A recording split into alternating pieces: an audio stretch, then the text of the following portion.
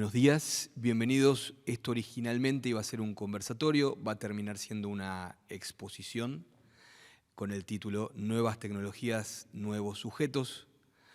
Hoy es 16 de agosto, perdón, estamos a 3 días después de las PASO y esto que estaba agendado y previsto hace tiempo seguramente va a estar un poco teñido de algunos asuntos vinculados a la coyuntura del resultado del domingo.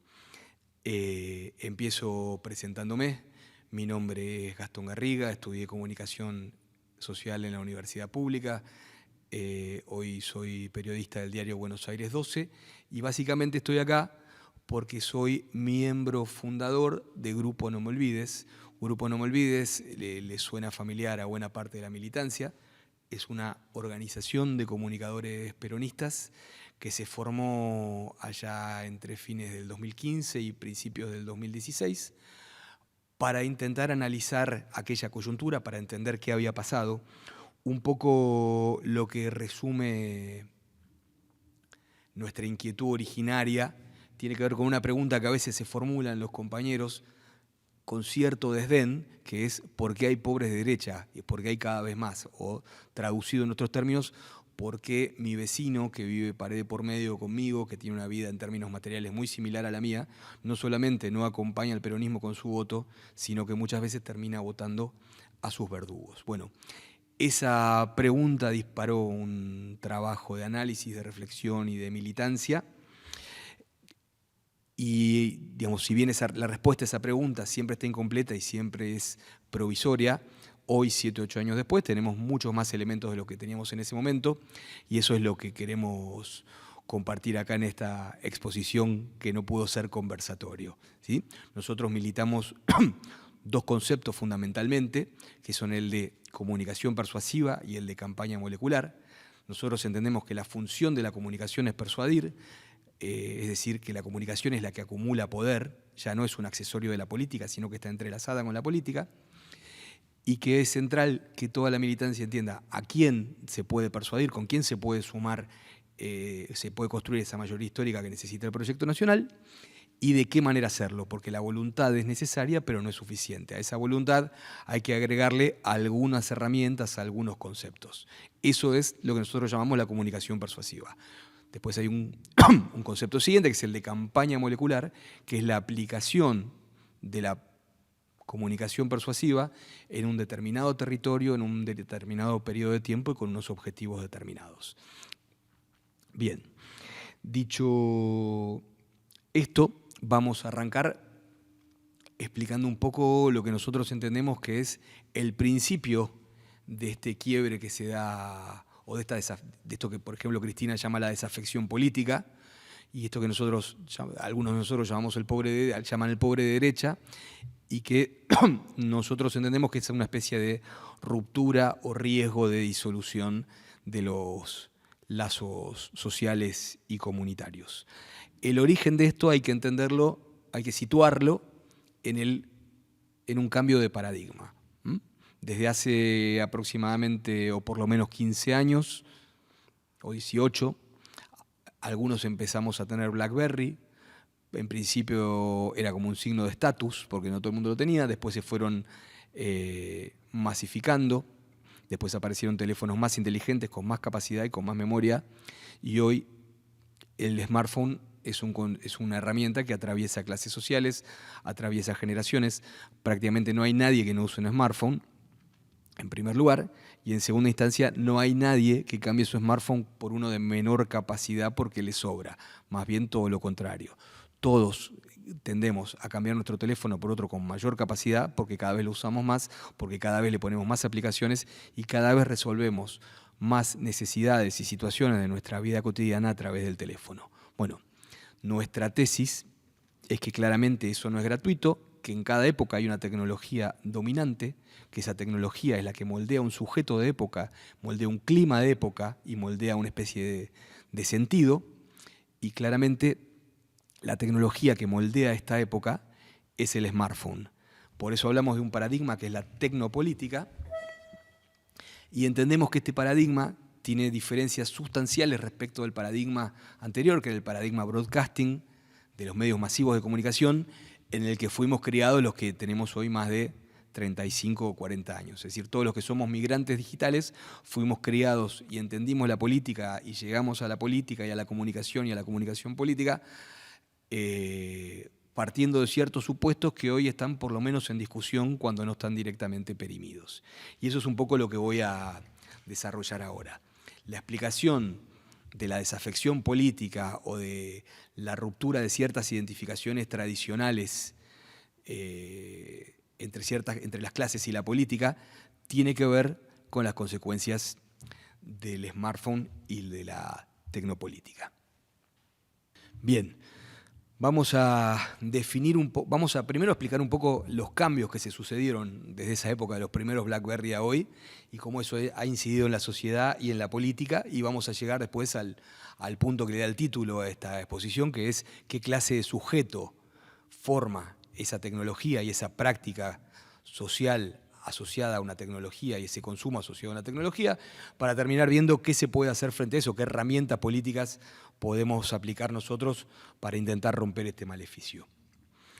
Lo primero que tenemos que señalar es que un cambio de paradigma no se da de un minuto a otro, no se da de un día a otro, no es un cambio abrupto, sino que se compone de una sumatoria de pequeños cambios que si los tomamos individualmente son casi imperceptibles. Es decir, nuestra vida hoy es muy similar a nuestra vida de hace 6 meses y probablemente es muy similar a nuestra vida de hace un año o hace 2 años.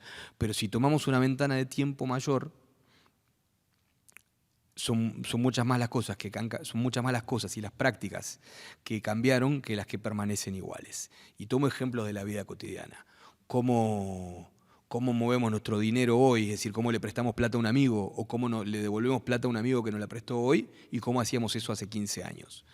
Cómo encargamos la cena hoy si no tenemos ganas de cocinar y cómo encargábamos la cena hace 15 años, ¿no? Cómo planificamos un fin de semana en la costa hoy y cómo lo planificábamos hace 15 años. Cómo pedíamos un taxi o un remis hace 15 años y cómo lo pedimos hoy. Bueno, en cada una de esas operaciones en el pasado implicaba un trato directo con una persona, implicaba un intercambio con una persona. Hoy ese intercambio ya no es necesario y la necesidad práctica se resuelve prácticamente apretando un botón. Bueno, esa sumatoria de cambios graduales va generando un tipo de individuo, un individuo que cada vez puede resolver más rápido, en consecuencia se vuelve más impaciente, en consecuencia tiene una menor tolerancia a la frustración y a la vez tiene un menor contacto con lo que pasa a su alrededor. Este es el primer punto. La otra cuestión que tenemos que considerar es cómo es la economía política del capitalismo de aplicaciones que nosotros portamos a nuestro smartphone, ¿sí? A ver, cada una de las 20, 30 o 50 aplicaciones que tenemos en nuestro teléfono tiene un corazón que es un algoritmo, y ese algoritmo lo que hace es estudiar nuestro comportamiento pasado para, a partir de nuestro comportamiento pasado, tratar de predecir o conducir nuestro comportamiento futuro. Esto es por temas de negocios. Entonces, en consecuencia, lo que hace nuestro teléfono, lo que hace cada una de las aplicaciones de nuestro teléfono es tratar de complacernos, tratar de crearnos un mundo a medida. Nos crea una burbuja de felicidad. Entonces, nosotros tenemos, cuando estamos solos con nuestro teléfono, una sensación de completud en la que no necesitamos a nadie más. Y esto evidentemente tiene una consecuencia política. La consecuencia política es que desaparece la categoría de otro, ¿sí? Es decir, el teléfono me dice a mí todo aquello que entiende que yo quiero escuchar, todo aquello que refuerza mis creencias, que además son una parte importante de mi identidad. Entonces, la consecuencia política que tiene esto es que desaparece el otro como categoría. Yo vivo feliz en el mundo que me propone mi teléfono y cuando salgo de ese mundo para ir al mundo real, aparece el otro y aparece en forma de problema, de amenaza, de peligro, de conflicto. Esto es de alguna manera lo que explica hechos que hubieran sido inimaginables hace 10 o 15 años, como lo que ocurrió en enero en Brasilia o lo que ocurrió en el Capitolio hace ya casi 3 años. Es decir, si todos los estímulos que yo consumo me convencen de determinada creencia, la realidad pasa a un segundo plano. Digamos, las pruebas materiales pasan a un segundo plano. ¿Por qué? Porque yo vivo en la burbuja que me construye mi teléfono. Y esta burbuja tiene una explicación que es que tenemos que tener en cuenta. Voy a desarrollar un poco lo que muchos colegas llaman la fragmentación de agendas, la fragmentación de pantallas y la fragmentación de los públicos. Una de las consecuencias, probablemente la más dramática que tiene la llegada del smartphone, es que se invirtió la relación entre el tiempo y el contenido, ¿no? Antes nosotros teníamos un tiempo que era un commodity, teníamos mucho tiempo, y había una cantidad de contenido a consumir que era limitado, que era finito. El ejemplo que yo suelo dar es que si yo un domingo no tenía nada mejor que hacer, me tomaba una mañana y me leía absolutamente todos los diarios de punta a punta y estaba enterado de todo. Hoy hay tanto contenido que es literalmente imposible estar enterado de todo. ¿Por qué? Porque el contenido se multiplica minuto a minuto y el tiempo es lineal y en consecuencia no hay forma de que alguien esté enterado de todo. Esto tiene varias consecuencias. La primera es que como seres humanos experimentamos frente a esto una sensación de disolución que es muy angustiante. No sabemos qué consumir y qué no, qué mirar y qué no, qué leer y qué no, y tenemos una sensación de que se nos pasa dramáticamente el tiempo. Lo que instintivamente hacemos, y los algoritmos refuerzan, es crear una burbuja. La burbuja a la que yo hacía referencia hace un par de minutos. ¿Cómo funciona esta burbuja? Es una especie de pecera. Es decir, si nosotros estábamos, digamos, si lo que nos propone este paradigma es un flujo constante de ceros y unos, de comunicación, de entretenimiento, de información, de basura, de imposibilidad de distinguir una cosa de la otra, y eso es una avalancha que no para nunca, nuestro reflejo, nuestro mecanismo de defensa, consiste en seleccionar de todo ese universo, de todo ese océano, solamente una pequeña porción que es la que coincide con nuestras creencias y con nuestras ideas previas. Es decir, aquello que refuerza lo que nosotros ya conocemos. Por eso decimos que es una especie de pecera, ¿no? Y el concepto de, es decir, hay un mar, hay un océano, pero cada ser humano se maneja dentro de los límites de una pecera, que la comparte parcial o totalmente con otros sujetos que tienen el mismo grupo, que pertenecen al mismo grupo, tienen un mismo sistema de afinidades, de creencias, de intereses, etc. Esto es lo que hace que sea tan difícil el mecanismo de la persuasión, ¿no? Que sea tan difícil encontrar mecanismo de persuasión, porque todo tiende a reforzar nuestras creencias previas. Y el otro dato central para entender el cambio que implica la tecnopolítica respecto del paradigma anterior es que antes la comunicación, todos los cambios que hubo en la comunicación y en la comunicación política del siglo XVIII, XIX y XX, iban de lo público hacia lo privado. Es decir, los medios tradicionales funcionaban como una extensión del ágora, ¿no? Me llevaban a mí, que no podía estar ahí, la discusión de la cosa pública, lo que pasaba en el Congreso, lo que pasaba en la Casa de Gobierno, etcétera, etcétera, etcétera. Y eso alimentaba el ámbito privado y después esos mismos temas se retomaban y se discutían en la mesa familiar, en el descanso en la fábrica, en la unidad básica, en la sociedad de fomento, etcétera, etcétera, etcétera. Esa era la dinámica anterior a la llegada del smartphone. Lo que ocurre ahora es exactamente lo inverso. ¿Por qué? Porque el smartphone nos habla al oído, nos dice lo que queremos escuchar, nos refuerza lo que nosotros ya creíamos saber, y como dije recién, ahí desaparece la categoría del otro. Y nosotros, en vez de la información, en lugar de hacer el camino de lo público hacia lo privado, sale del ámbito privado y va al ámbito de lo público en la forma de un vómito, en la forma de un estallido, de ira, de frustración, de violencia, de la etiqueta o el nombre que le querramos poner. Y esto un poco explica lo que estamos viviendo en la Argentina de estos días. Que, insisto, no es un fenómeno, obviamente no es un fenómeno estrictamente argentino. Volviendo a las diferencias entre este paradigma y el anterior, podríamos decir que, en primer lugar, en el paradigma anterior, la función central de la comunicación era la informativa, y todavía hay compañeros y todavía hay dirigentes que dicen no estamos informando bien o no estamos informando lo suficiente, y en este paradigma la función central de la comunicación ya no es informativa, sino que es persuasiva. Y esto trae aparejados varios cambios. La primera cuestión es que informarse o informar a otro es un proceso básicamente racional, mientras que persuadir es un proceso emocional, ¿sí? En segunda instancia, persuadir implica sumar voluntades, ¿no? Implica construir mayorías. En consecuencia, es en la comunicación donde se acumula poder. Suponiendo en el caso de un gobierno nacional, provincial, estadual, lo que fuera. En el paradigma anterior, nosotros desarrollábamos buenas políticas públicas y nos sentábamos a esperar una buena cosecha de poder político. Hoy eso ya no funciona así. Es decir, una buena política pública, por supuesto que es necesaria, pero no resuelve el problema. Una buena política pública no garantiza acumulación de poder. ¿Por qué?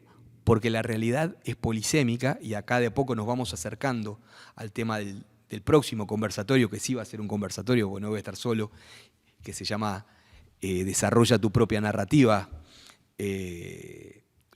volviendo un poco a los libros de Elige tu propia aventura de los años 80. El concepto acá es que, ¿por qué no alcanza con la política pública buena? Porque la realidad no se explica a sí misma.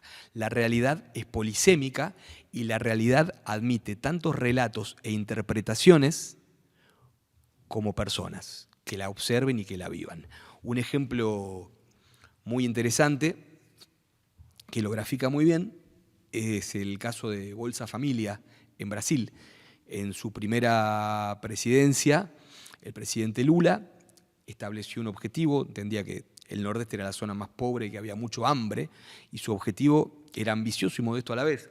Él sabía que reducir la pobreza no era algo que se resolviera en un mandato, él quería atacar el hambre. Y por eso desarrolló un sistema de ayuda federal que se llamaba Bolsa Familia. Mapearon donde más lo necesitaban, allá fue el Estado, y bueno, logró que prácticamente todos los brasileños comieran, no me acuerdo si 2 o 3 veces por día. Una excelente política pública, beneficiarios contentos, agradecidos. Ahora, ni el presidente Lula, ni el gobierno federal, ni el Partido de los Trabajadores acompañaron esa política pública de una narrativa. Y como en la comunicación el silencio no existe, el vacío no existe, donde yo no pongo una narrativa, la va a poner mi antagonista, los que sí estaban ahí observando esa situación eran los pastores evangelistas. Y le fueron a decir a los beneficiarios que esa ayuda había que agradecérsela a Dios. Estamos hablando de la primera década de este siglo. Y se la agradecieron a Dios. Años más tarde, 2017, 2018, esos mismos pastores le dijeron a esos mismos beneficiarios de la política pública del primer gobierno de Lula que Dios, que los había ayudado a comer 2 o 3 veces por día, quería que acompañaran a Bolsonaro. Y el resultado está a la vista.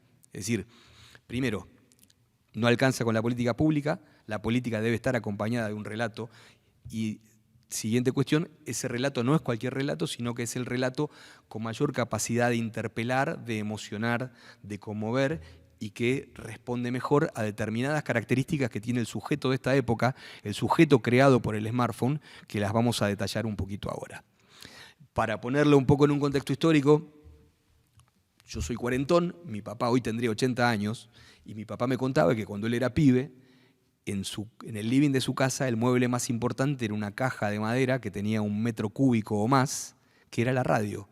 Y la familia se sentaba alrededor de la radio a escuchar determinados programas. Cada tecnología comporta determinados hábitos de consumo.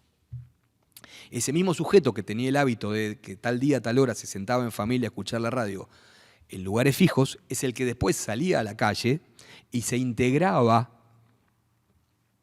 a la sociedad de fomento, al sindicato, a la parroquia, al centro de estudiantes, a la unidad básica, etcétera, etcétera, etcétera. Comparemos eso con lo que pasa en cualquier familia hoy. Tenemos 2 chicos, 3 chicos, los llamamos a cenar, y si nosotros no nos ponemos firmes, ya no es que cenarían mirando la tele como miraba la familia en los 90, todos a una misma pantalla, sino que, bueno, yo conozco casos de gente que ya se rindió y Y ocurre así, cada uno cena mirando su propia pantalla, entonces no solamente no hay intercambio con otro en el momento de encuentro familiar, sino que además tampoco hay un tema en común, porque no estuvieron mirando ni siquiera la misma pantalla. Entonces, el planteo de No Me Olvides es que el insumo de la política son los hombres y las mujeres. Nosotros hacemos política con gente, con personas, grandes, viejos, chicos, jóvenes, ¿no? Y si las personas cambiaron, porque las cambió la tecnología, ¿cómo no va, y esto impacta en las relaciones familiares, ¿cómo no va a tener impacto en la política? ¿No? Vamos a ver ahora, les propongo, déjenme chequear si no me olvido de nada, acá tengo mi machete, algunas características de este sujeto del siglo XXI formateado por el smartphone.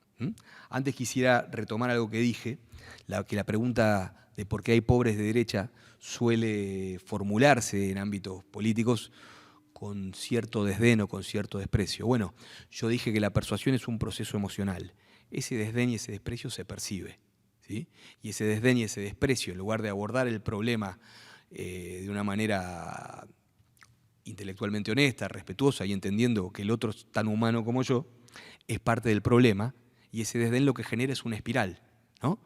Muchas veces, o una parte, al menos una parte de la explicación de por qué el pobre de derecha se polariza o se radicaliza tiene que ver con el desdén o el desprecio que percibe de parte de los sectores medios ilustrados politizados. Yo diría que nuestro desprecio, nuestro desconocimiento, nuestro rechazo es parte del problema. Y lo que es parte del problema, claramente, no puede ser parte de la solución. Bien, les hablé de la fragmentación, les hablé de la posverdad, les hablé del mar y de las peceras. Una cosa más que querría agregar es que el sentido en esta época se construye por acumulación de estímulos y microestímulos, ¿sí? Pequeños estímulos como la gota que horada la piedra. He visto en estos días muchos videos que dicen salgamos todos los días a convencer a uno, o si cada uno de nosotros convence a dos. Convencer a una persona a modificar una conducta electoral es algo que lleva por lo menos meses, ¿sí? Está bien la voluntad de convencer, ahora cuando se plantean estos términos, no es que la elección esté perdida, ni mucho menos, acá mezclo un poco, perdón, coyuntura con teoría, sino que hay que ponerse a trabajar ya mismo, no solamente para esta elección, sino para dentro de 2 años y dentro de 4 y así sucesivamente. Porque ya no existe como existía en alguna época el ancho de espadas o la piña de knockout, ¿no? Esto es por puntos y esto es todos los días un poquito como la gota que horada la piedra. Hay un sentido común dominante que tiene que ver, que no nos favorece porque está impregnado de valores individualistas, egoístas, competitivos, etc. Entonces la cancha está inclinada y está inclinada en nuestra contra. En ese contexto, en ese punto de partida, es por lo menos ingenuo o excesivamente optimista pensar que con una charla o con 2 charlas podemos modificar una conducta electoral. Nosotros, el planteo de No Me Olvides, vinculado a las campañas moleculares, es que nosotros elegimos, tomamos la porción despolitizada de la sociedad, del electorado, que es la que con su conducta, con sus vaivenes, termina definiendo el resultado, y establecemos trabajo de largo plazo, ¿sí? Porque esto, insisto, debe ser la 5ª vez que lo digo, es como la gota que horada la piedra. Una conversación, una pava de mate, es para arrancar, pero no resuelve absolutamente nada. El trabajo persuasivo debe ser sistemático y sostenido en el tiempo. Es una responsabilidad que asumimos un día y ya no podemos soltar. Ahora sí, dicho esto, vamos a desarrollar un poquito algunas características que tiene el sujeto de esta época, ¿no? Como dije que los smartphones que todos tenemos, que todos utilizamos, que todos desbloqueamos 300 o 400 veces por día, nos formatean. Vamos a ver de qué manera nos formatean. En primer lugar, somos todos sujetos visuales. ¿Qué significa esto? Que somos todos más visuales hoy que hace 10 o 15 años y que los sectores despolitizados son aún más visuales que nosotros. Pensemos cómo han proliferado las pantallas en los últimos años. Hace 15 años, que es la marca comparativa que yo establecí, cada casa tenía una computadora, 2 como mucho, los teléfonos no tenían pantalla o tenían una pequeña pantalla. Hoy todas las casas tienen las casas de clase media tienen más de una computadora, hay una tablet para los chicos cuando se ponen densos, Antes los autos o no tenían pantalla o solo los autos de lujo tenían pantalla. Hoy cualquier auto 0 kilómetros tiene pantalla, es decir, estamos rodeados de pantallas, las pantallas nos llaman la atención, nos convocan y eso claramente tiene consecuencias. Una consecuencia es que tanta exposición a las pantallas nos va haciendo cada vez más literales y con menor capacidad de abstracción, ¿no? ¿Qué consecuencias tiene esto en la política? Evidentemente que los mensajes visuales son los que más impactan. Y como esto es una frazada corta también, tanta exposición a lo visual va haciendo que esto es común a toda la sociedad, pero impacta más en los sectores despolitizados o desideologizados, la relación con el lenguaje, que además el lenguaje es la materia prima de la política, porque nosotros desarrollamos ideas, pintamos mundos, trazamos escenarios y trazamos caminos para construirlos, la relación con el lenguaje de esos sectores se va haciendo cada vez más compleja, más pobre y más distante. Una nota al pie que yo suelo poner acá es que cuando hablamos con esos sectores para convencerlos de lo que sea, funciona mejor un ejemplo, mucho mejor un ejemplo que una explicación. ¿Por qué? Porque las explicaciones están hechas de conceptos, los conceptos son abstractos y puede ocurrir que mi interlocutor se pierda en el camino. Los ejemplos suelen ser visuales, suelen ser táctiles, suelen ser más accesibles y más democráticos. Esa es la primera cuestión. Tenemos que construir una mayoría histórica con sujetos que son más visuales que nosotros y asumir nuestra propia condición visual también. La segunda cuestión, probablemente la más dramática, yo recomiendo, nosotros, no me olvides, recomendamos mucho la lectura de Byung-Chul Han en general.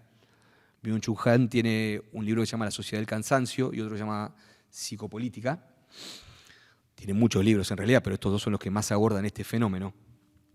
Esta sobreexposición a las pantallas, esta sobreestimulación, tiene consecuencias en nuestra vida psíquica, ¿sí?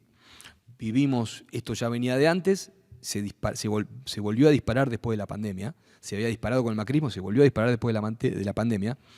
Vivimos en una sociedad con serios problemas de salud mental. Serios problemas de salud mental, en muchos casos negados o barridos abajo de la alfombra. Tenemos más trastornos de ansiedad que antes, tenemos más depresiones que antes, tenemos más ataques de pánico que antes. Y esto tiene que ver con la sensación muy difícil de sobrellevar de vivir bajo amenaza. Cuando nosotros hablamos de precarizado, por ejemplo, del pibe que reparte con su bicicleta y trabaja para la aplicación y vota a Milei, no estamos hablando, digamos, ser precarizado no significa que perdió solamente que no tiene aguinaldo, que no tiene vacaciones, que no tiene obra social, sino significa que su existencia es precaria. Y la precariedad de su existencia impacta en su salud mental, impacta en su vida psíquica, impacta en su vida emocional. Si nosotros no asumimos eso como parte del diagnóstico, vamos a seguir estando muy complicados. Entonces, la sensación tiene que ver con el cansancio, con la amenaza. Esto a la vez genera pérdida de memoria, sobre todo pérdida de memoria a largo plazo, lo cual es un problema para la política porque implica que uno pueda hacer cualquier cosa y no pagar costos o pagar costos menores, ¿no? Un sujeto sin memoria es un sujeto que está en una situación de vulnerabilidad política. Y esa es efectivamente una parte importante del problema. La tercera característica que tiene el sujeto de esta época, insisto, no es que nosotros estemos a salvo, sino que la militancia y la política funciona eventualmente como anticuerpo, como vacuna. Tenemos los mismos problemas, pero probablemente en otro grado. Es la condición doméstica. Son seres domésticos preocupados por una agenda doméstica. Y esto no es un problema exclusivamente argentino, esto se ha estudiado en el mundo. Hay un concepto que repiten mis colegas, los consultores, que es el del primer metro cuadrado, que es cómo la política impacta en la vida cotidiana.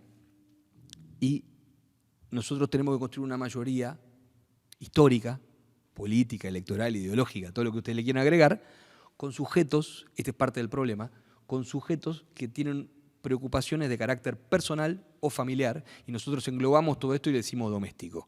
Es decir, la consecuencia de esto es que hay un desfasaje de agendas. Nosotros le hablamos de la patria grande, o le hablamos de la soberanía política, o le hablamos de sacar al fondo para tomar nuestras propias decisiones a sujetos que están preocupados por su casa, por su familia, por su mascota, por su economía personal, etcétera, etcétera, etcétera. Y este desfasaje también tiene consecuencias y forma una especie de espiral, ¿no? Yo ya dije hace un rato que nuestro desdén por el pobre de derecha retroalimenta y radicaliza. Bueno, cuando nosotros vamos con una agenda que no tiene que ver, vamos a interpelar a otro con una agenda que es la nuestra, que no tiene que ver con sus preocupaciones, con sus necesidades, o por lo menos no lo percibe de esa manera, lo que hacemos es reforzar un prejuicio preexistente, que es que nosotros somos una especie de marcianos, una especie de élite, somos, digamos, que no somos iguales, a pesar de muy probablemente pertenecer a la misma clase social.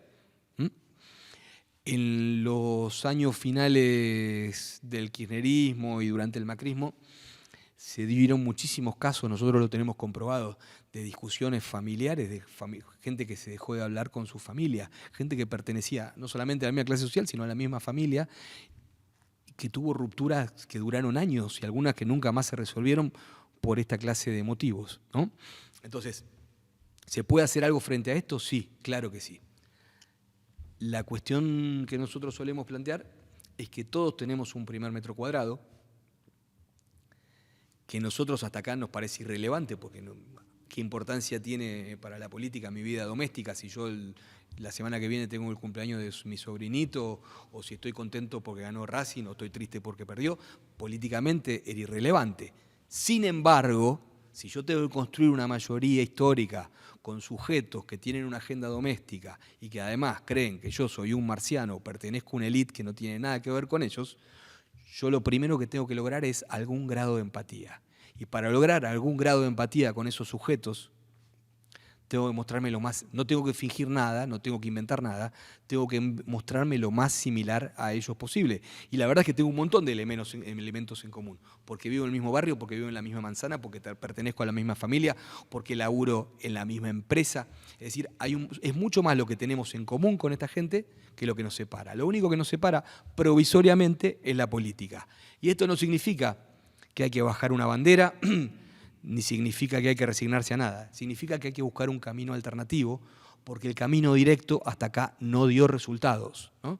Nosotros solemos decir, hablar de política con un sujeto de esta franja, con un despolitizado, es un punto de llegada, no es un punto de partida. Si yo empiezo hablando de política, que es justamente lo que aborrece, lo que va a pasar es que me baja la persiana y no voy a lograr absolutamente nada. Yo primero tengo que establecer una empatía, tengo que ganarme su escucha, su confianza y gradualmente, subrayo, ir no bajándole líneas, sino dejándole los estímulos que necesita para ir desarrollando, para ir fortaleciendo su propia capacidad de ver y de entender la política. Y acá viene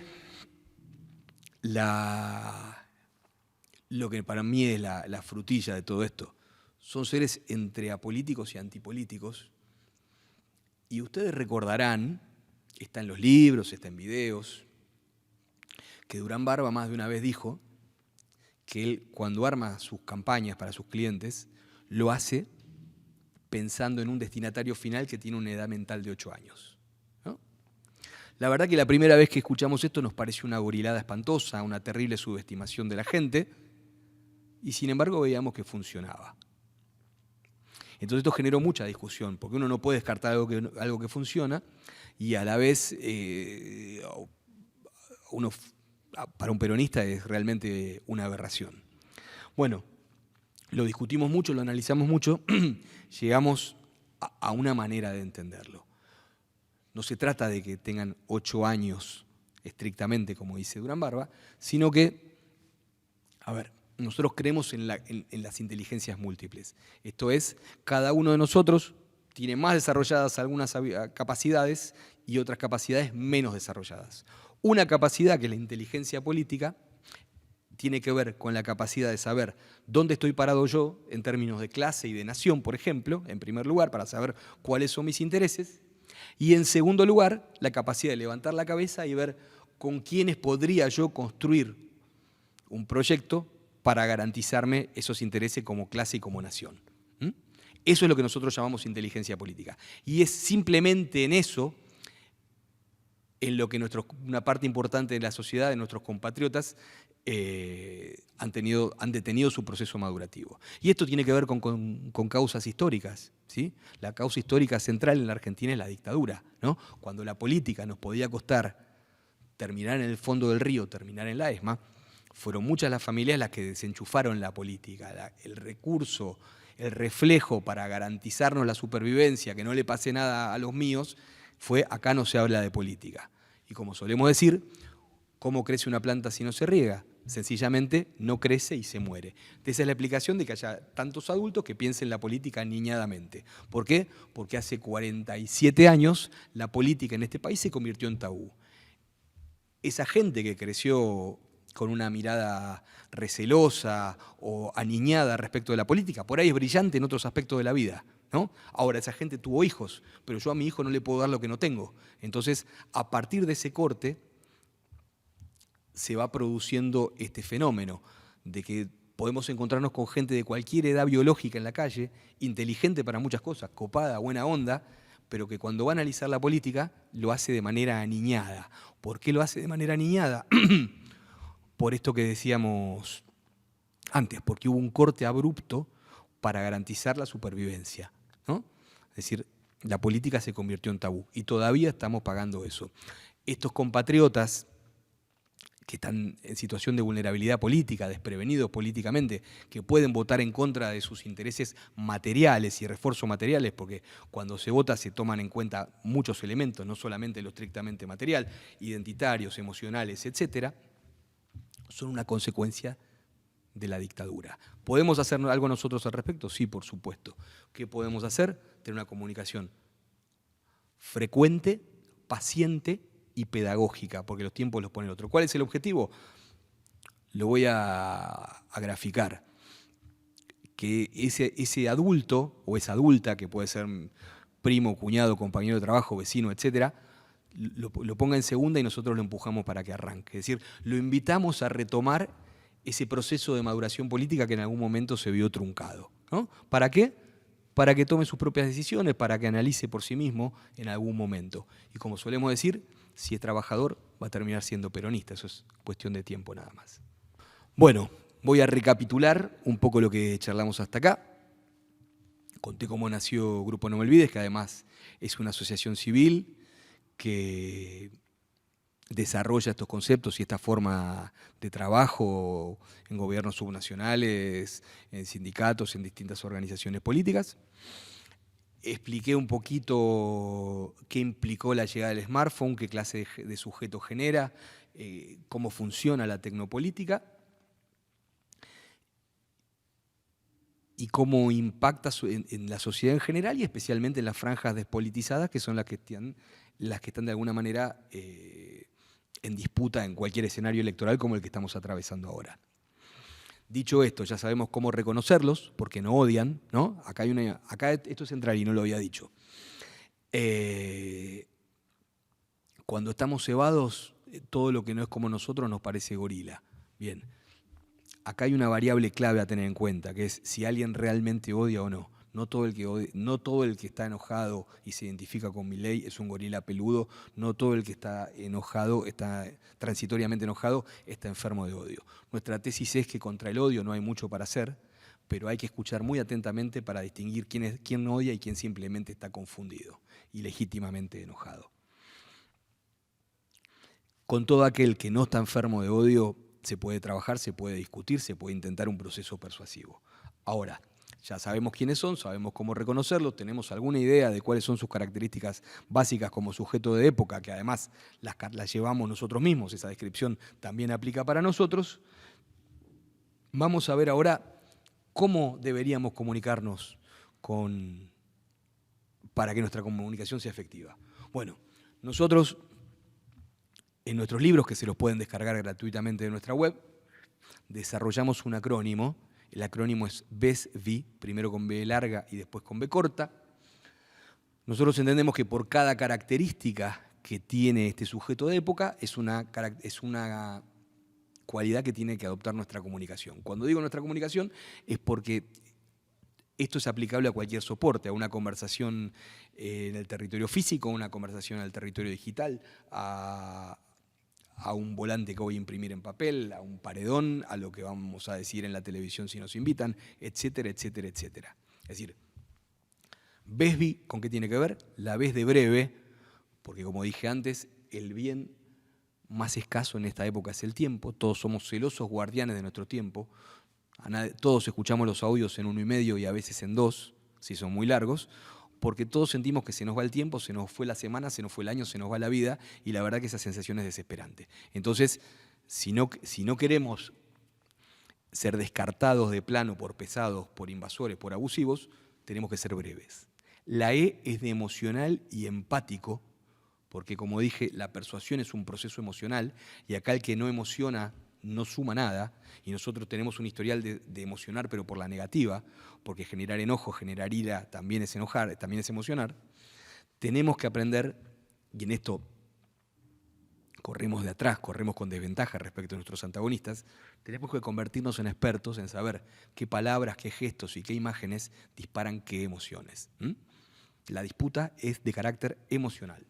La S es de simple, porque si yo quiero que me entiendan, la responsabilidad de hacerme entender es mía y tengo que jugar en la cancha con los límites y con el vocabulario que me pone el otro. Nosotros tenemos un lenguaje cuando discutimos entre compañeros. Quienes tienen responsabilidad legislativa tienen un lenguaje donde antagonizan con las otras fuerzas políticas, pero ¿cómo puede ser que no tengamos un lenguaje propio, específico, para interpelar a esta franja de la sociedad con la que podríamos construir la mayoría histórica que necesitamos? Entonces, breve, emocional, simple. La B corta es de visual, porque, como dije antes, no es lo mismo una explicación que un ejemplo. Una explicación, yo me puedo perder en el camino, sobre todo si está hecha de conceptos teóricos. Un ejemplo, más si es de la vida cotidiana, si es visual, es absolutamente accesible y absolutamente democrático. Y la I tiene que ver con interrogar, la I es de interrogativo. Nosotros hablamos mucho y escuchamos poco, y además cuando hablamos, por lo general, en vez de preguntar, afirmamos.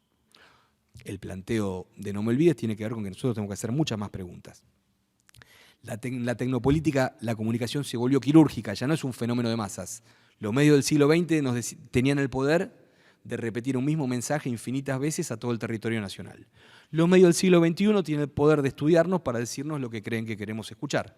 Bueno, nosotros de alguna manera planteamos que hay que emular al algoritmo. Se trata de convencer. Yo no puedo convencer a quien no conozco y no puedo conocer a quien no escucho. Y la manera de conocer al otro es preguntándole. Le pregunto para tomarle las medidas para construir ese mensaje.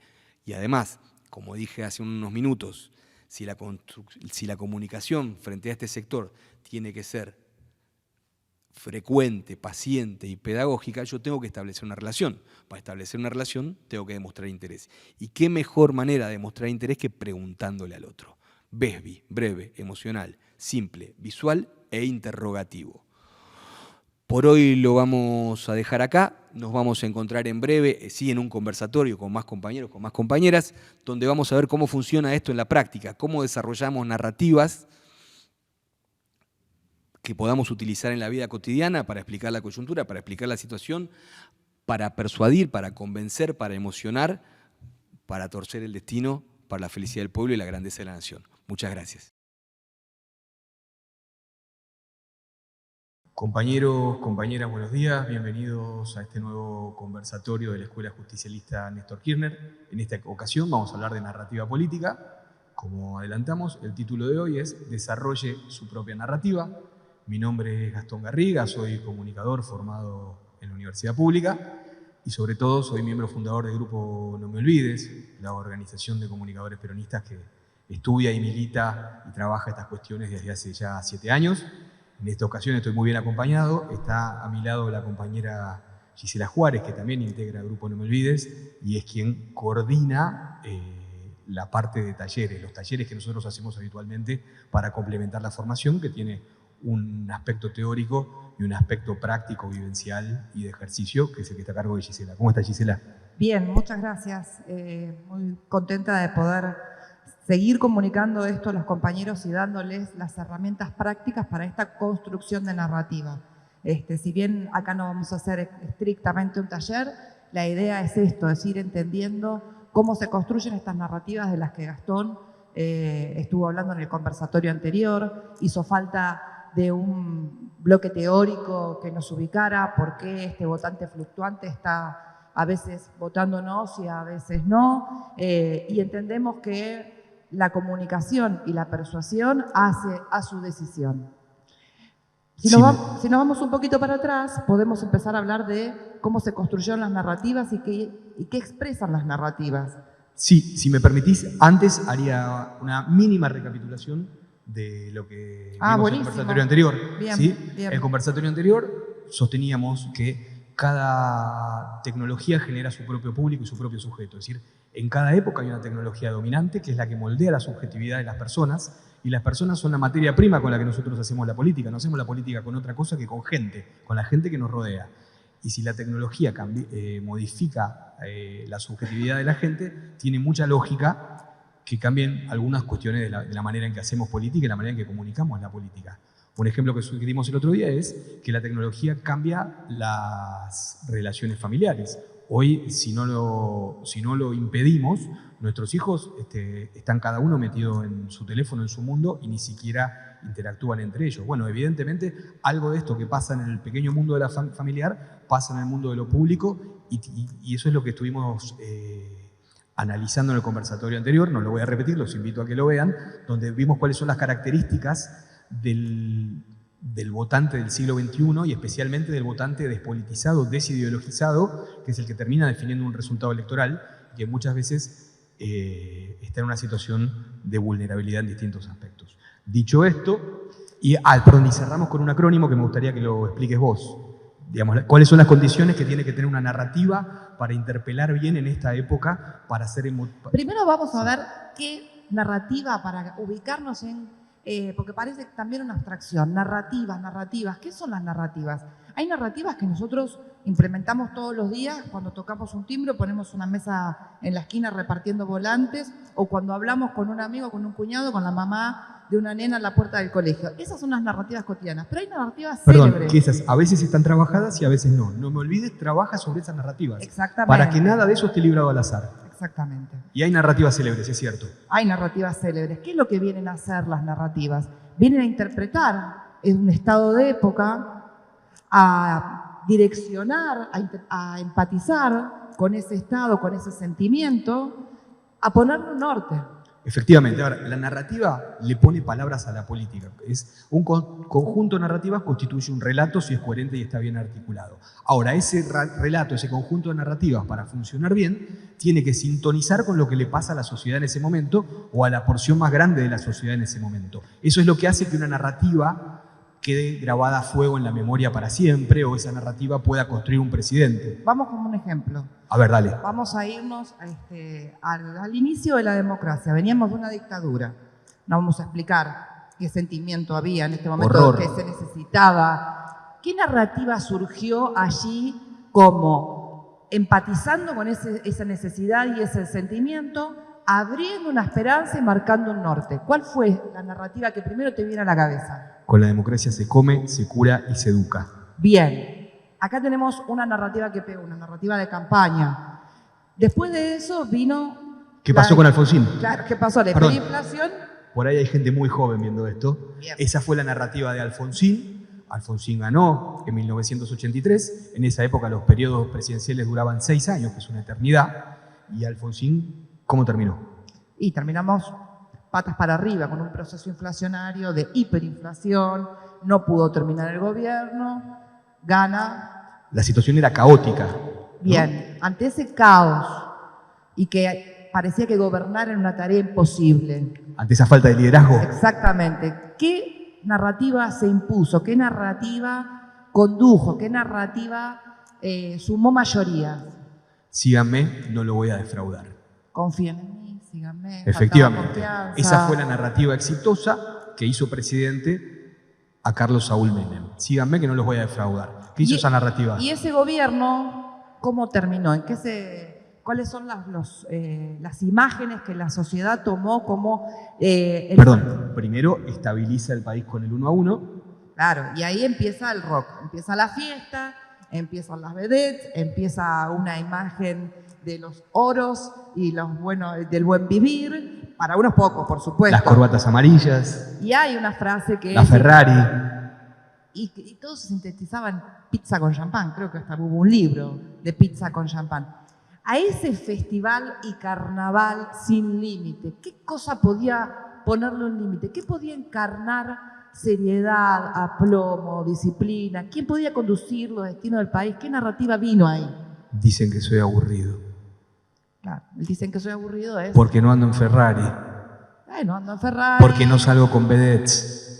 Exactamente, soy Etcétera, académico, etcétera, docente, vengo de la universidad, abogado, serio, una trayectoria, genero confianza, dicen que soy aburrido, ¿no? Bien, funcionó. ¿Y funcionó, cómo hizo funcionó el presidente. gobierno? Perdón, funcionó, sí, porque hizo presidente a Fernando de la Rúa. La narrativa es exitosa cuando logra su objetivo electoral. Logró interpretar a lo que le pasaba a la sociedad, que es lo que nosotros estamos buscando con la construcción de narrativas. Perdón, logró interpretar que había una demanda de seriedad y la sintetizó en 4 palabras. Exactamente. Bien, esta narrativa que se impuso trajo un gobierno que, lejos de traer seriedad, aplomo, terminó en lo que todos conocemos, y acá ya los más jóvenes no van a necesitar tantas explicaciones de cómo terminó el 2001, donde era tierra arrasada. Veníamos de una elección de medio término antes, en la que había ganado el voto bronca, en el que se vayan todos. Sí, efectivamente. Que se vayan todos, Sí. Ningún político sirve, no hay esperanza, no hay nada. ¿Y qué narrativa vino a encarnar ahí ese sentimiento? Vengo a proponerles un sueño. Vengo a proponerles un sueño, que la entendimos un poco después, pero fue tan maravillosa. Todavía me pone la piel de gallina. Claro, pero eso había que destruirlo. Y para eso también se necesitan narrativas. Perdón, sí, tardaron muchos años. Tardaron muchos años en destruirlo. Tardaron muchos años en ponerse de acuerdo en cómo destruirlo. Bien. Pero también hubo una narrativa Bien, para destruirlo. ya estamos en el pasado reciente. Claro. Después, Juntos por el Cambio desarrolló muchas narrativas. Pero hubo una narrativa que es la que logró instalar el malestar en una sociedad que crecía, que distribuía, que ampliaba derechos, que tenía problemas, por supuesto, pero que iba en un sentido que la mayoría, hasta los opositores, le reconocían los méritos. Había que generar un malestar. ¿Y cuál fue la narrativa para...? Generalmente tiene muy pocas palabras. Se robaron todo. Y después hay las colaterales del se robaron todo, ¿no? Se llevaron un PBI... Los políticos son todos iguales, la chorra, los bolsos. Todo eso generó el malestar y fueron narrativas que hasta el día de hoy las seguimos escuchando. Perdón, efectivamente, las buenas narrativas dejan espacio para que aparezcan subnarrativas, es decir, se comportan como un paraguas debajo del cual cada uno puede aportar lo suyo. Bien, acá ya estamos en una época contemporánea, bueno, conocemos las narrativas que vinieron después y que lograron derrotar al campo nacional y popular en el 2015, que fue la alegría, los globos, el sí se puede y todas las que conocemos. Pero nos vamos a detener acá con estas narrativas. Sí, un segundo nada más. La demanda de alegría que vienen a la cual vienen a responder con la revolución de la alegría, los globos y el sí se puede, es consecuencia del malestar generado con el se robaron todos. Es decir, yo no puedo traer una resolución a una demanda que no existe. Claro. Efectivamente. Sí, por supuesto. Quisiera dar un solo ejemplo más, que es un ejemplo de una narrativa subterránea, porque no todo el mundo la tiene presente esta, pero esto lo hizo el PRO, esto lo hizo Cambiemos en su momento. En 2015 fue decisivo para el resultado final que el PRO ganara, que María Eugenia Vidal ganara la provincia de Buenos Aires. Y a poco tiempo de que Aníbal Fernández le venciera en la PASO a Julián Domínguez, ocurrió esta operación con narcotraficantes, con Elisa Carrió, con Canal 13, para involucrar a Aníbal Fernández, que después se demostró que era falso, pero el daño ya estaba hecho, haciendo creer que Aníbal Fernández era la morsa, que era un peso pesado del narcotráfico. Esa narrativa la vimos todos porque eso salió en televisión. Ahora, complementario a eso, en los días siguientes a eso, los militantes del PRO, en las redes sociales y en los territorios físicos también, salieron a instalar: ¿a quién le confiarías a tus hijos si tenés que salir? ¿A Mario o a Aníbal? Fue otra, sí, es verdad. Bueno, para construir estas son narrativas célebres, como decíamos recién, son narrativas de campaña, pero nosotros militamos todos los días y lo cierto es que la persuasión es una tarea de todos los militantes, de todos los dirigentes y que ahora estamos escuchando mucho ante los resultados de estas últimas elecciones en los discursos, en los comunicadores, en la tele. Estamos escuchando mucho esto de hay que salir a hablar, hay que salir a explicar, uno por uno, casa por casa. Bueno, afortunadamente hoy somos más voces las que estamos diciendo esto que nosotros venimos predicando desde hace 7 años, que la comunicación uno a uno es una tarea y es una tarea que hay que programar. Así como estas narrativas célebres tuvieron su tiempo de estudio y hasta que salió una que funciona, nosotros en la cotidiana también tenemos que programar cómo vamos a persuadir. Porque tenemos un modo que no es el modo que este votante puede escuchar. Estamos convencidos porque tenemos buenos argumentos de que una buena explicación basta para que alguien cambie su voto, para que alguien entienda lo que nosotros entendemos y el otro no entiende. Esta soberbia, esta certeza... ¿Puedo ayudarte un poquito? ¿Puedo Sí. agregar algo? Sí. Nosotros, generalmente militantes de justicialismo, estamos súper entrenados en discutir y en ganar discusiones.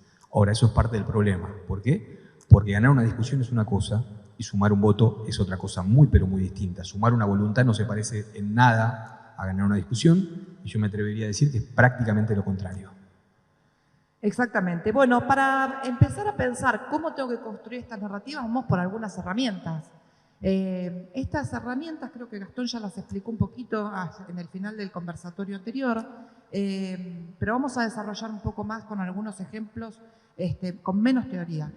Hay un acrónimo que nosotros instrumentamos, que está en nuestros libros, que los pueden bajar de la página web, que es BESBI. Primero con B larga, después con B corta.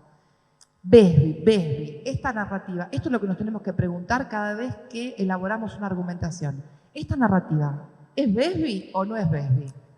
BESBI es B larga, breve. Pensemos cómo veníamos persuadiendo. Hay una persona que nos escucha o a lo sumo que nos soporta respetuosamente porque nosotros extendemos una explicación, nos extendemos.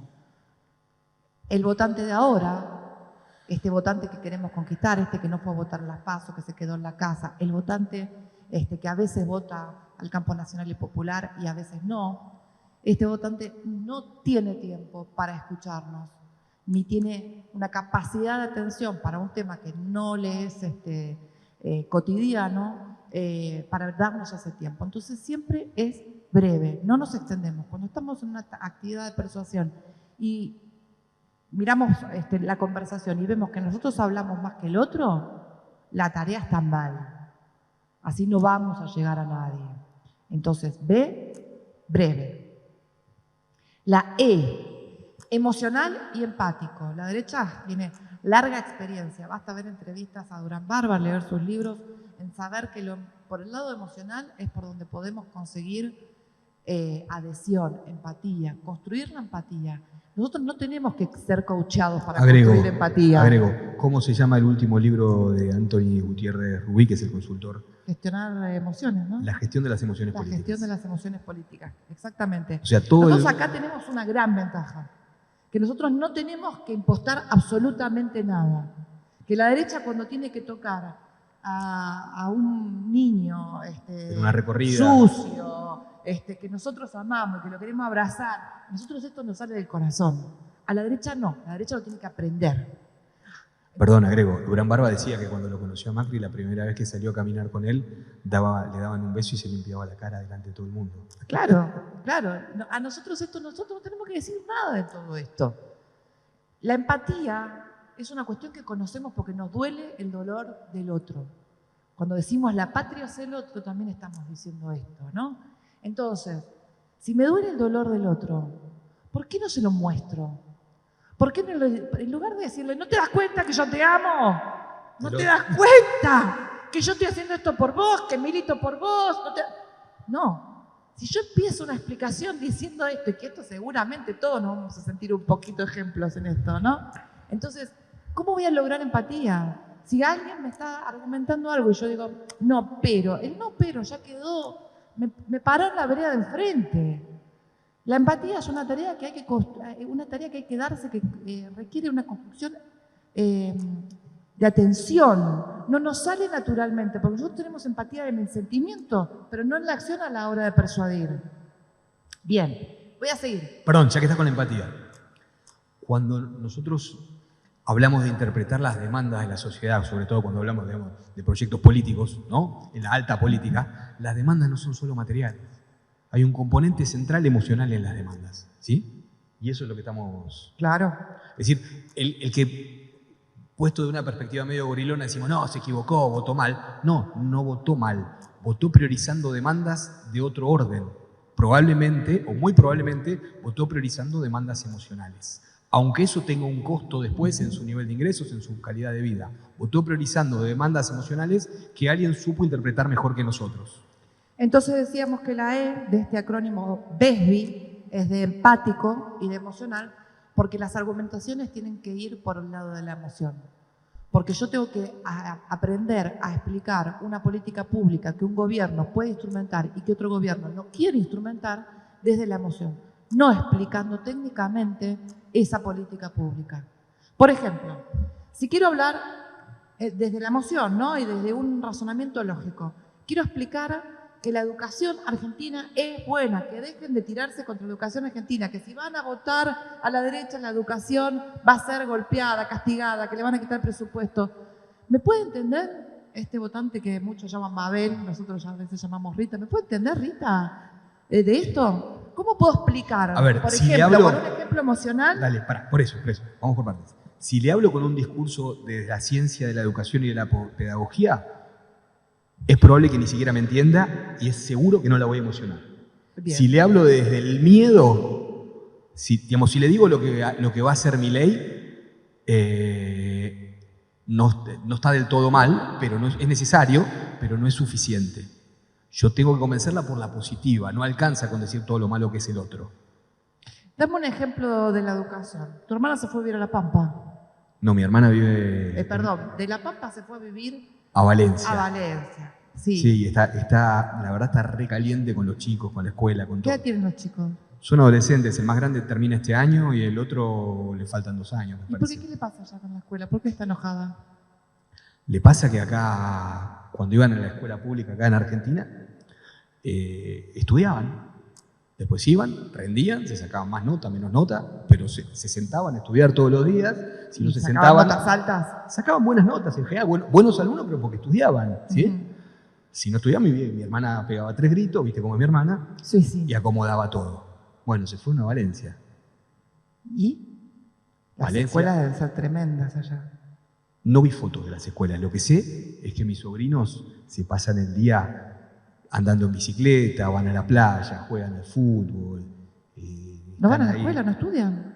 Van a la escuela, pero no estudian, se sacan 10 en todo. No me digas. Y mi hermana dice, ¿qué hago con esto? ¿Qué van a saber estos pibes mañana? O sea, acá les exigían más. Mucho más. Mirá. Bien, este es un ejemplo de cómo explicar que la educación pública argentina, porque también estamos apelando, además esta anécdota es real, ¿no? Además de que es real, también podemos construir relatos que puedan dar cuenta de la eficacia de una política pública, ¿no? Agrego una cosa, ¿por qué funciona esta narrativa? Porque impacta en el primer metro cuadrado. Estamos contando una historia familiar, estamos contando una historia de vida. Todos tenemos hijos, todos queremos que estudien, todos queremos que se esfuercen, todos queremos que tengan una buena educación. Entonces, convertimos un asunto de política pública en un tema familiar, en un problema familiar. Y el segundo, perdón, la tercera letra de este acrónico, BESBI, que es la S, la vamos a hacer breve porque la S es de simple. Toda explicación que requiere de mucha argumentación, de conocimiento previo, de razonamiento extenso, todo ese argumento no sirve. Nuestras narrativas tienen que ser simples. No hay tiempo para prestar atención a cosas muy profundas, algo que me interese mucho, pero bueno. Agrego, yo quiero que mi interlocutor me entienda. Entonces la responsabilidad de hacerme entender es mía. Las explicaciones suelen estar construidas a base de conceptos, entrelazando o articulando conceptos, que muchas veces son teóricos. Y todo eso presupone que el otro está en la misma que yo o en una sintonía similar. Bueno, un ejemplo, como el que di recién, es mucho más accesible y en consecuencia es mucho más democrático. Las narrativas que funcionan son democráticas, en el sentido de que no hace falta hacer un curso, que las puede entender cualquiera, grande o chico, hombre, mujer, rico, pobre, con estudio o sin estudio. ¿Está bien?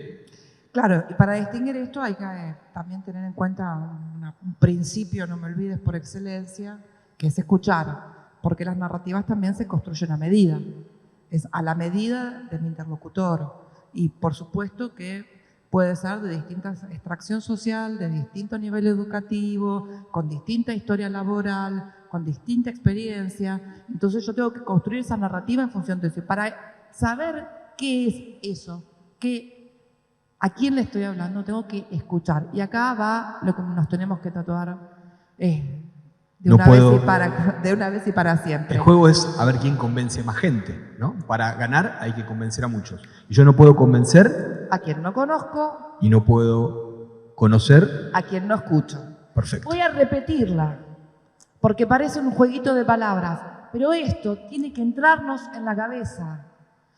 No puedo persuadir a quien no conozco y no puedo conocer a quien no escucho. Así como hablamos de cómo es el votante de ahora, tenemos que ponernos un espejo y ver quiénes somos nosotros. Nosotros hablamos más de lo que escuchamos y no nos interesa qué es lo que tiene el otro para decir, porque entendemos que no tiene nada para decir que nos interese, porque nosotros venimos a darle la verdad revelada. Y esto no funciona. Somos infumables, así, dicho en criollo. Efectivamente. Bien, me voy de la S de simple y sigo con la B corta, B corta de visual. Visual es esto que acaba de hacer Gastón con el ejemplo de la pampa. Es poder dar una explicación, como decimos en los talleres. Una historia. Dibujando con las palabras. Dibujo con palabras. Reemplazamos la explicación por el cuento. Exactamente. Por la historia. Cuando Durán Barba dice cómo arma las campañas políticas que la piensa para niños de 8 años, a nosotros nos parece tremendo, ¿no es cierto? Subestimar hacia el votante. Hay algo en lo que le tenemos que dar la razón, que es en cómo construimos el relato. Yo tengo que tener la capacidad de simplificar mi relato como si se lo quisiera contar a mi hijo. Pero además, perdóname, no es que es una cosa de los niños, es una necesidad humana que viene de la niñez. Para dormir, cuando vos te ibas a dormir, tu mamá o tu papá, ¿te leían una planilla de cálculo o te contaban un cuento? Cuento, por supuesto.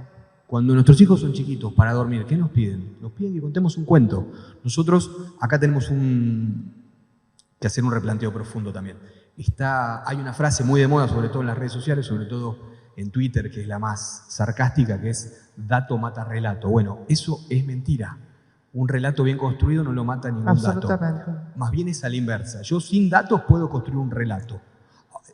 Ahora, la combinación ideal es que yo tenga un relato que esté apalancado en datos. Si yo tengo 2 o 3 datos sólidos que me favorecen, los tengo que articular en un relato como el de la educación pública. Exacto. Ahora, con los datos solos no puedo hacer nada. Es como que vos tengas hambre y yo te traiga de tiro una vaca, te diga, tomá, acá tenés la vaca. ¿Por dónde empiezo? No. No la agarro por ningún lado. Hay que matarla, hay que carnearla, hay que cocinarla, ¿no? El dato por sí solo no conmueve, no llega, no pasa nada con el dato. El relato sí, fíjate lo que pasa cuando desde los medios palanquean esta frase permanente que es la de los planeros, los planeros, los planes, los planes. Y acá tenemos otro ejemplo de narrativa que podemos utilizar.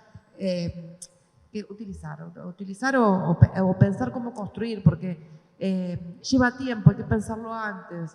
Por ejemplo, con el tema de los planes, si nosotros quisiéramos decir qué porcentaje representan los planes hoy en día del PBI, no llega mucho a otros compatriotas que no están tan politizados como nosotros. Ahora, si yo digo, yo cada vez que me hablan de los planes, el otro día mi hijo, ¿sabes qué me lo explicó?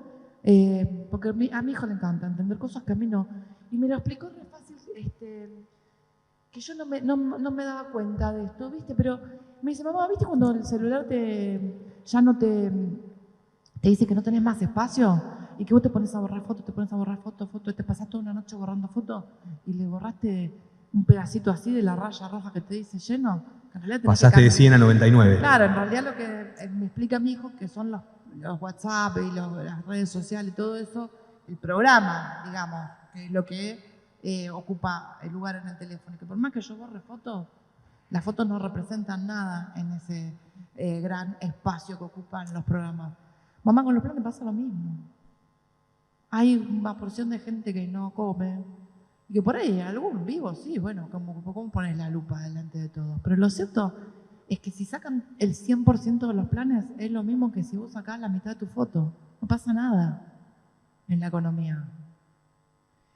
Esta manera de contar no es lo mismo que decir, pero te das cuenta, Gil, que los planes son el 0, no sé cuánto por ciento del producto. El problema es la deuda, que sale todo por ahí. Bueno, hay que explicar. Y además los planes son en pesos y la deuda es en dólares. Acá tenemos imágenes. Esta fue otra imagen. Y nos vamos a la siguiente letra. Dale. Bueno, y por último, la I de este acrónimo BESBI. La Interrogativo. Interrogativo. Acá hay dos cosas para mirar con lo interrogativo. Uno es que las afirmaciones no funcionan porque no son de nadie y que las preguntas son pegajosas. Si yo debato con alguien, probablemente no se lleven mis afirmaciones porque son las mías. Ahora, si yo puedo gestionar y plantear una pregunta, es probable que se vaya con la pregunta. El punto de las narrativas estas que usamos en lo cotidiano es que no deben apuntar a que una narrativa sola, por sí, sea 100% efectiva para que el otro cambie su voto, sino que la acumulación de visitas, de narrativas, leí algo, De conversaciones. Claro, leí algo que la empatía tiene que ver también con estar con el otro, ¿no? Entonces, ese estar, cuando uno pretende persuadir, no es una vez y con una vez voy a ser tan genial y efectiva que va a funcionar. Estar es acompañar, así como a nosotros nos acompañó alguien en la historia a sentir esta pertenencia de clase, en mi caso, qué sé yo, mi abuelo, no sindicalista, trabajador contenido por un sindicato. Bueno, ese sentimiento que venía de la mano también con una explicación política es la tarea que nosotros tenemos que hacer con quien no tuvo la oportunidad de acercarse a la política por nadie, ni a la política, ni a comprender la derecha siempre le muestra una zanahoria que está lejísimo, ¿no? Que es acceder a un estatus social, a una tapa de revista. Entonces, empatizar con que no es la laburante esa meta y estar orgulloso de su clase y que no le vendan un espejito de colores y sentirse parte, ¿no? Es la tarea nuestra que nosotros... Y eso es un largo proceso. Es un largo proceso. Agrego. Entonces, No, termina. Entonces, la construcción de narrativas tiene que ver con esto, de confiar en la acumulación de esas narrativas. ¿Por qué? Porque el sentido se produce por acumulación y el tiempo, creo que esto ya lo dijimos en el anterior, el tiempo es una variable clave, el tiempo no se recupera, la falta de tiempo no se compensa con voluntad, no se compensa con presupuesto. Digamos, ¿por qué? Porque el sentido común está en disputa permanentemente. Entonces nosotros todos los días, para distintas coyunturas, elaboramos narrativas, todos los días las lanzamos al territorio físico y al territorio digital y a las conversaciones y a todos los soportes posibles y todos los días ganamos o perdemos unos milímetros, ¿sí? Y cuando llega el momento de la elección, ahí nos enteramos de cuánto acumulamos realmente. Pero si no damos esa disputa cotidiana, a ver, la campaña electoral dura unos meses, pero la disputa por el sentido es permanente, ¿no? Y lo que nosotros perdimos en el sentido, en la disputa por el sentido a lo largo de 1 año y 9 meses, no lo podemos recuperar en 3 meses de campaña. Ese es el planteo de No Me Olvides. Bien, y en esta tarea de pegar con preguntas, de traer preguntas, tiene que ver con, preguntas y humor, porque me voy a permitir relajar un poquito las explicaciones para contarles algún ejemplo, lo que hacemos en los talleres, para tratar también nosotros de construir con imágenes, ¿no? Vamos a suponer esto. Vamos a suponer que mi amigo está en una relación tóxica. Entonces yo le digo, mira, lo que tenés que hacer es dejar de ver a esta persona, tratar de no mandarle más ningún mensaje, no te das cuenta que te está haciendo mal, que por acá no va. ¿No nos cansamos nosotros de aconsejar bien a nuestras amistades cuando se equivocan en el amor? ¿No es una cosa natural que uno le da buenos consejos a los amigos? ¿Los amigos pueden hacer algo con eso? No pueden salir y hacer lo que uno les dice. Vamos a suponer que esta situación se pone peor y que este amigo o amiga o amigue de esa relación tóxica se va poniendo un poco más picante, un poco más espesa, y mi amigo ya está tirado en la cama, no puede atender las cuestiones familiares ni laborales, pierde interés. A mí ya me está preocupando, me recontra preocupa. Che, me parece que tenés que pedir ayuda profesional, ¿por qué no te fijás? Me hace caso y va a un profesional.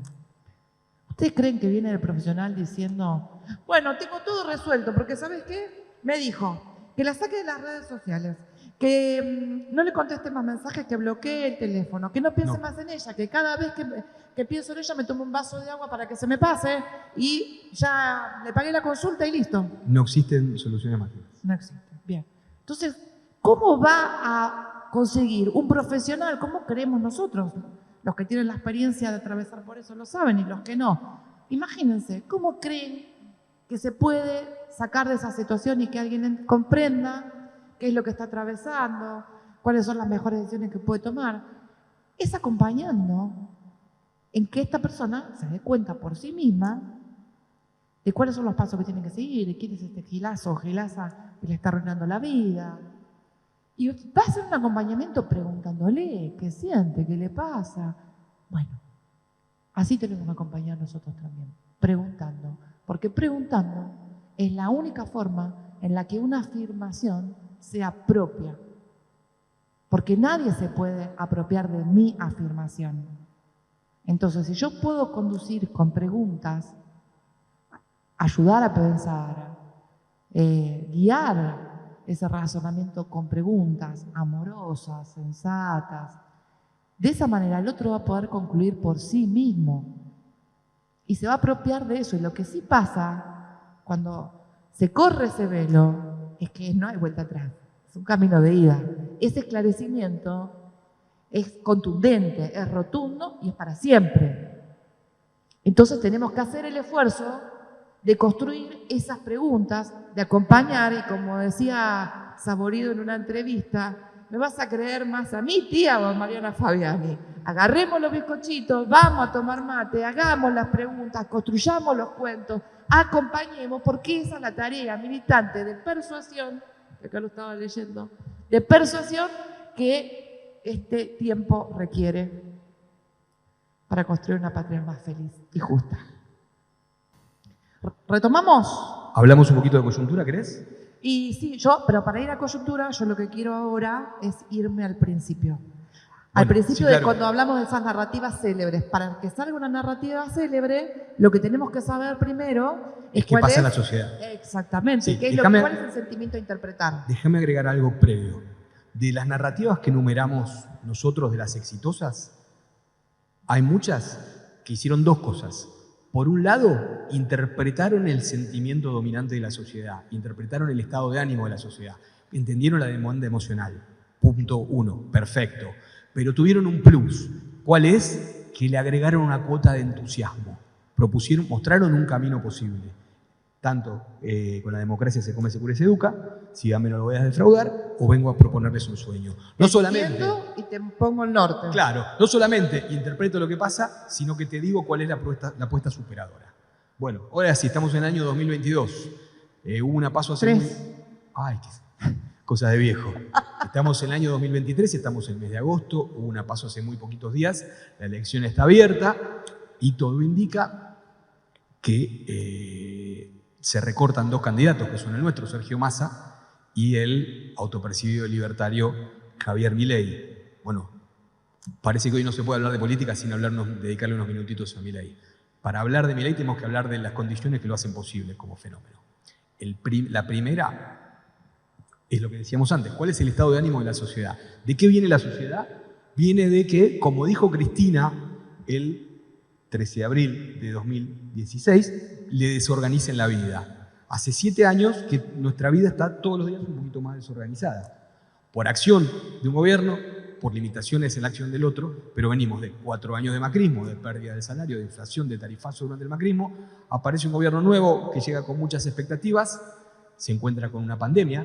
La pandemia revuelve cosas de otro orden. Nos encontramos todos los días con la posibilidad de nuestra muerte, con la de la muerte de un ser querido. Durante 2 años estuvimos guardados. Todavía no sabemos exactamente todo lo que psíquicamente trajo la pandemia, en qué otra posición estamos, desde lo individual y en los lazos con el otro.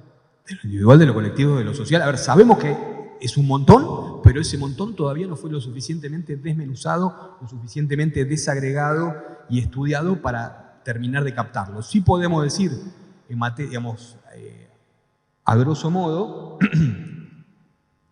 que la experiencia de 2020 y 2021 fue traumática, ¿sí? Que hay muchos duelos no hechos, que hay muchas cosas por procesar, que en Argentina a la salud mental acceden las capas, el sector más alto de la clase media y la clase alta. Digamos, la mayoría de los sectores populares no acceden a las terapias de salud mental, que ahí hay un aspecto a trabajar, y que la demanda nos parece que viene por ahí. Hay mucho enojo, hay mucha frustración, hay mucha ansiedad, hay mucha violencia, hay mucha impotencia. Ahora, hay mucha violencia como traducción de la impotencia. Yo acá haría un repaso. Enojo, ¿con quién?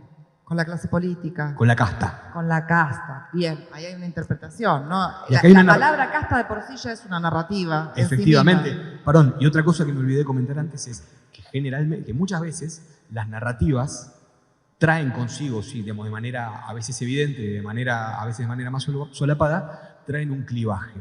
¿Qué es el clivaje?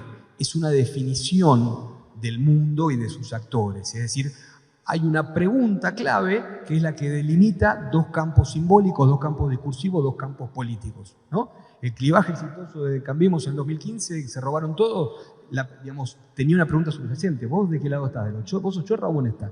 No, obviamente de este lado. ¿De qué lado? Pero es honesto. Entonces tenés que votar Juntos por el Cambio, ¿no? Es decir, en cada situación se impone un clivaje, ¿no? Entonces, el que logra imponer imponer su clivaje en una elección tiene una parte muy importante del trabajo ya resuelto, ¿no?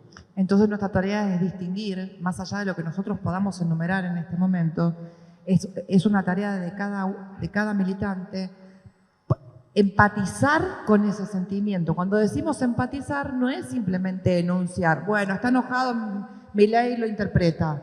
Empatizar es tomarse la tarea de ponerse en los zapatos del otro, de comprender desde su realidad qué le pasa con este enojo, cómo le inocularon enojo, odio, y pararlo en este lugar de detestar tanto a la política como para ponerle en el nombre tan feo, ¿no? De casta, ¿no? Con tanto desprecio por la política, que es lo que la derecha siempre quiso hacer.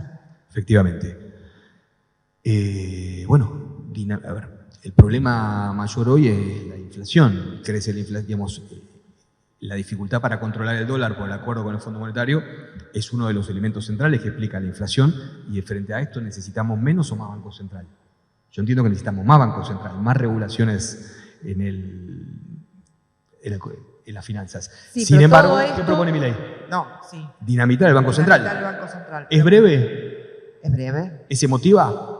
Sí. Sí, rompo todo. Claro. Milei hace lo primero, que es empatiza con la ira que hay en la sociedad. ¿Es simple? Sí, ¿lo entendés? Sí, claro, por supuesto. Si viste el coyote del correcaminos, sabés lo que es la dinamita, ¿no? ¿Es visual? Claro. Le falta el interrogativo, pero propone dinamitar el Banco Central. Está muy bien. No está muy bien, pero está bien construida, a eso me refiero. Y bueno, de esto se trata, que nosotros también sepamos construir esas narrativas, porque con la intención claramente no alcanzó. Y con las buenas políticas públicas tampoco alcanza. ¿Buscamos un ejemplo? ¿Vos te sentís impotente? ¿Vos te sentís deprimido? Yo estoy recaliente. ¿Enojado? A ver, yo estoy enojado, estoy frustrado. Sí, por lo que te dije, por la acumulación. La verdad veía... que ¿cuántos años llevamos así? ¿No? Después A pero Macri, A pero Alberto, A pero Cristina, no sé. Pero mirá Yo la cómo cuestión es, terminaste. cada vez laburo más y cada vez soy más pobre. Sí, claro, pero mirá cómo terminaste ante semejante ataque de ira que te agarró. ¿Cómo terminé? ¿Qué Mira tu hice? mano. Sí, le pegué una piña a la pared. Bien, la pared quedó igual. La pared no se rompió porque yo tan fuerte no soy. Tu mano. Tengo una fisura en el... O sea que tenés dos problemas ahora. La ira Sí, estoy de antes, tomando se te analgésico, fue me la hice una ira. placa. Se te fue toda la ira y la bronca que tenía. Te lo solucionó la piña en la pared. Solucionar, la verdad que con una piña en la pared, solucionar no solucioné nada. Bueno, pero fíjate, porque aparte esto lo vas a seguir repitiendo en otras cosas, ¿entendés? Ya ahora está más tranca, te das cuenta que la piña en la pared no te trajo un problema más, que tenés la mano hecha pelota. ¿Cortamos y miramos a cámara? A ver, la piña en la pared es una imagen familiar para muchos varones. Vamos a un elemento más de la coyuntura. ¿Por qué lo dijimos? Eso es lo que iba a decir. ¿Por qué le hicimos esto? Porque también podíamos hacer la clásica nuestra, que es pasarnos de rosca, ¿no? Entonces yo le digo, tu impotencia, tu enojo, tu ira, la reventaste con una piña en la pared, te diste cuenta que no sirve, que no solucionaste nada. Si votás a Milei es lo mismo. ¡Pum! La choqué. Claro, votar a Milei es pegarle una piña a la pared. Vas a tener los mismos problemas y además... Claro, pero si lo Y concluyo, otros nuevos. Si lo concluyo yo, es por eso digo que es una construcción. Porque ya él lo voy a ver mañana, o lo voy a ver la semana que viene, vamos a volver a esto. Y en algún momento lo voy a llevar o voy a tirar al azar y voy a vincular esa piña a la pared con votar a Milei, que es lo mismo. Es que todo ese sentimiento de ira, de violencia, de enojo, de hastío, de cansancio que me llena, de frustración y que esa frustración va con la piña. Entonces, y así es toda la actitud que él tiene en escena, en discurso, ¿no? Ahora, Con tiempo. sí, invertimos. Vos le pegaste a la pared y yo no esta vez. ¿Está bien? ¿Vos decís? Hagamos una prueba. Yo me veo, yo veo. Bueno, cuando vos tenés un ataque de ira, bueno, ponele, a ver, vos no le pegás a la pared, vos tirás platos al piso, ¿rompes platos? Y bueno, alguna vez puede ser. Bueno, agarraste un plato, dos platos, los rompiste, bueno, y después te sentiste mal. Yo te pregunto, cuando vos estás en ese ataque de ira, producto de la frustración y de todo lo que vimos recién, en este estado de emoción violenta, sintonizás con la persona que está igual de enojada, igual de iracunda, igual de violenta como vos, ¿no? Y por supuesto, de eso Ahora, se trata. en el fondo, cuando vos estás, cuando bajó toda esa espuma, ¿vos qué preferís después de pegarle a la pared? Que venga un tipo y te diga, mirá, con la mano no vas a romper la pared. Si vos querés destruir tu casa, yo te traigo una masa paraguaya de 5 kilos y en un día rompemos toda tu casa. ¿Vos querrías eso cuando baja la espuma? No, por supuesto que no. ¿Preferirías que venga alguien con una cierta estabilidad emocional, que te dé un abrazo, ¿no? Que te diga, respira profundo, respira un poquito, y ahora sí, si querés empezamos a hablar, a ver cuál es el problema y por qué punta lo agarramos y cómo lo resolvemos? Y sí, es un camino bastante más amable y que puedo acompañar. O sea, vos no querés estar más loca, vos querés recuperar tu estabilidad perdida. Bien. Está circunstancial. Sí. Todos tenemos momentos de locura. Ahora, una cosa es estar loco circunstancialmente y otra cosa es serlo, ¿no? Una cosa es querer profundizar en ese camino, esa pulsión destructiva, y otra cosa es transitarlo, expresar el enojo, pero querer tener una vida medianamente armónica. Estas son las narrativas que vienen, estas son las puntas, lo que estamos haciendo, son las puntas de la narrativa que en estos tiempos tenemos que ir construyendo, con estas ideas, con estos ejemplos. Intentamos encarnar un poquito este sentimiento y tratar de empatizar con qué le pasa a este compatriota que vota pegándose un tiro en los pies, como solemos decir cotidianamente, que tampoco es una frase muy feliz para ser escuchada, ¿no? Ya les explicamos que simplemente vota atendiendo a demandas de otro orden que no son materiales. Tiene demandas emocionales que a veces a ciertos proyectos políticos no le resultan visibles y a otros sí. Exactamente. Bueno, la construcción de las narrativas de esta época van a tener que ver con empatizar con esa ira que está sucediendo, con esa violencia, con ese sembrar odio de los medios. Y nosotros cómo contenemos eso, cómo abrazamos eso y cómo podemos explicar con tiempo, que esa piña en la pared o que esa romper los platos o la masa paraguaya que destruya la casa no es la solución de absolutamente nada. No es diciendo esta conclusión. Este es el norte. El camino es en cada lugar, en cada rincón del país. Afortunadamente a nosotros nos toca acompañar a militantes y dirigentes en distintas provincias y entendemos que esta es una matriz. Si nosotros vamos entendiendo esto, como buenos peronistas sabemos lo que es la unidad de concepción para la unidad de acción, esta es una matriz. Pero cada narrativa tiene también que ver con la realidad de cada lugar, con la historia, con la idiosincrasia, con la historia política. Entonces, en cada rincón del país y cada grupo político, cada unidad básica, cada grupo de compañeras y compañeros va a poder armar sus narrativas ensayando y practicando entre ustedes cuál es el mejor camino y contándose qué funcionó, qué no, porque aparte esto es muy dinámico. Hay una noticia nueva, nosotros estamos hablando de una situación que impera, ¿no es cierto? Esto de cómo construyen el odio, la violencia. Pero en la diaria tenemos un montón de narrativas que van tirando los medios, las redes sociales, que hay que deconstruirlas también. Y esa tarea de todos los días de los militantes de ver cómo las deconstruyen. Sí. Otra cosa más, un dato bien de coyuntura. Estos días ya salieron varios cruces, varios análisis, ¿no?, de cara a la elección que viene. De elección presidencial a elección presidencial, es decir, de agosto de 2019 a agosto de 2023, Unión por la Patria, ex Frente de Todos, perdió 6 millones de votos. De esos votos, cada 4, solo 1 fue Milei y 3 se quedaron en su casa. ¿Sí? Juntos por el Cambio perdió 4 millones de votos. De esos 4, 3 fueron a Milei y 1 se quedó en su casa. ¿La conclusión cuál es? Que el electorado que nos puede permitir llegar a un nuevo triunfo, un nuevo periodo presidencial para Sergio Massa, es el que se quedó en su casa, que son mayormente menores de 35, varones de clase laburante.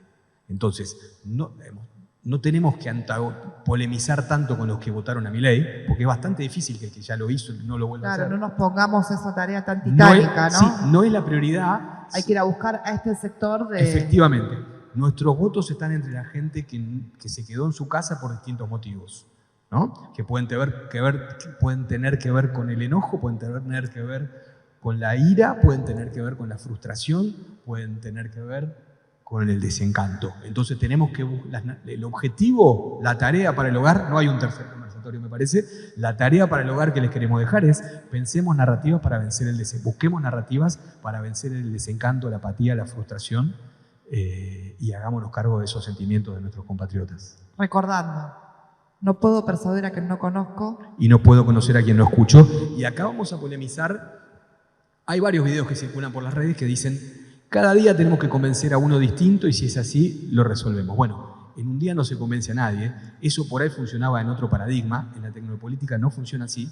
En la tecnopolítica, como dijimos hace unos minutos, el sentido se construye por acumulación de pequeños estímulos, acumulación cotidiana. ¿Eso qué significa? ¿Que no puedo convencer a nadie? No, significa que mi objetivo es convencer a 1 o a 2 o a 3, pero yo no lo voy a convencer de hoy para mañana. Yo me tengo que hacer cargo de esa relación y meter en esa relación y meter en esos diálogos los pequeños estímulos que permitan hacer el clic. ¿Sí? Porque en una conversación yo voy a bajar línea. ¿Y bajar línea funciona? No, pero hay una relación de fuerza interesante que presumo que ya lo habrás comentado en el conversatorio anterior, que tiene que ver con qué tienen ellos y qué tenemos nosotros. Ellos tienen los medios de comunicación, que hacen esta tarea todos los días. Lo que nosotros decimos, persuadir y construir narrativas y acompañar a este compatriota en este camino, es una tarea de todos los días, y la derecha lo hace de los medios de comunicación todos los días de Dios.